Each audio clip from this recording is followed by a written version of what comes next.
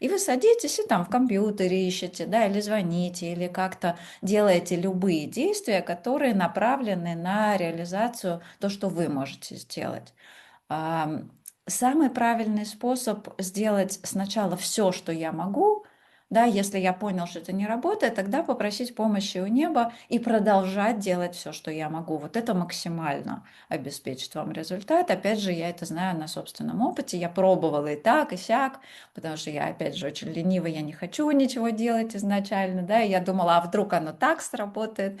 Оно так срабатывает, но очень на маленький процент. Если хочется побольше, значит, надо и усилий вложить побольше. То есть здесь ваше усердие, ваше намерение в эту сторону очень сильно играет. И когда вы просите помощи неба, да, вы поворачиваетесь в определенном направлении и как бы входите в коннект, да, связываетесь именно с этой энергией.